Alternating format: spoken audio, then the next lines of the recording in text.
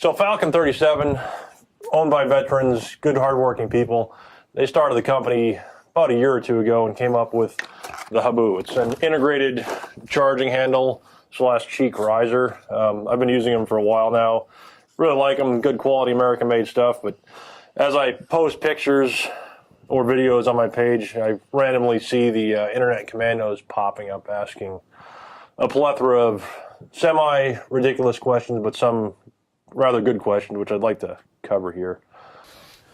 One of the nice things I like about the HABU, obviously it's ambidextrous. I mean, most charging handles are, but this is really, you don't have to find a specific point or use your knuckles to hit a specific point either way.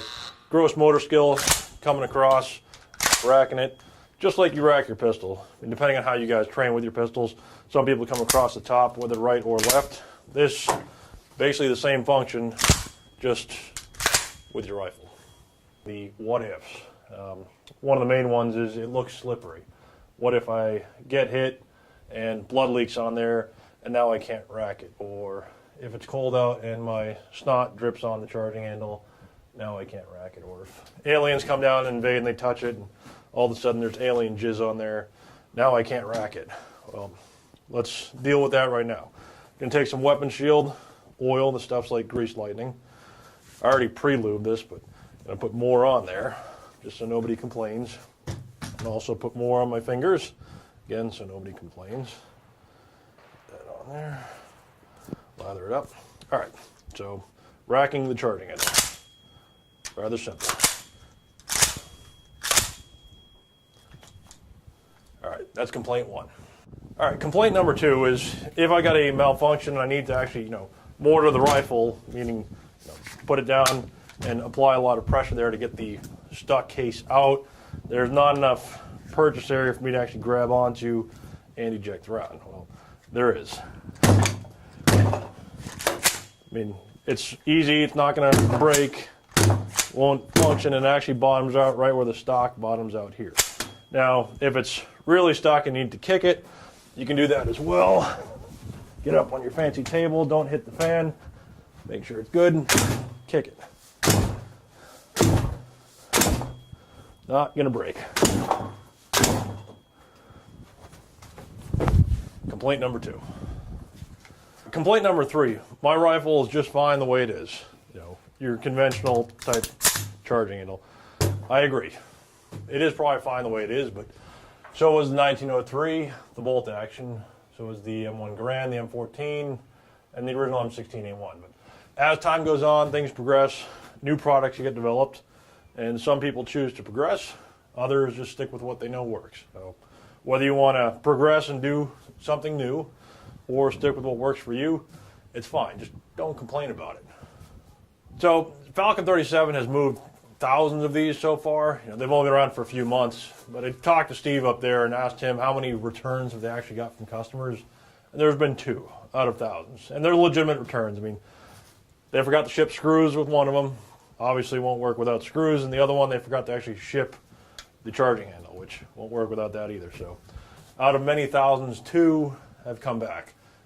The feedback they get from people who actually get their hands on it, use it with optics or without, they like it. They keep it, they use it, they don't complain about it. Complaint number 4, it looks like a gimmick. What's a gimmick? Before you complain about it or say it's a gimmick, get your hands on it, try it, use it in actual real life, and if you still think it's a gimmick, you have a valid complaint. Comment / question number 5 that we typically get, will it work with my stock? There are hundreds of stocks out there. They haven't tested them with all of them. To date, they've only found 2 that it doesn't work with, and they're both listed on the website. So if you go to falcon37.com, peruse through there, you'll find the 2 stocks that it does not comply with, but everything else out there to date that we found, it works fine with. One of the other questions they typically get is, will it work with 7.62? I'm actually kind of perplexed that somebody would ask that question. HABU gives you about an extra ½ an inch of boost. So for those of you who have a larger space in between the cheekbone here and your actual center of vision, when you want to center up the stock and get it tucked in there underneath that bone, and you need that extra boost to get it behind the optic, the HABU enables you to do that. For modern CQB type weapons where you've got non-magnified optics, it's not super critical that the eye be directly behind the optic. I mean, you're not going to get scope shadow per se, but what I do find nice is when I do have to come up quickly on target, the reference point, or me indexing a specific point on the stock, it's there a lot sooner, and with optics with a little bit of a boost or a rise, it just makes it quicker, for me at least, to get on the target. They don't get a lot of complaints from actual customers. I mean, I'm blatantly honest with people, and when I talk to Steve at Falcon 37, he's like me, he's blatantly honest. And they just don't get complaints from people that actually use them. When they're bouncing around the gun shows and people get hands on them, they instantly get it. You know, once they get behind it and they bring the rifle to their line of sight, the light bulb goes off. They understand it, they get it.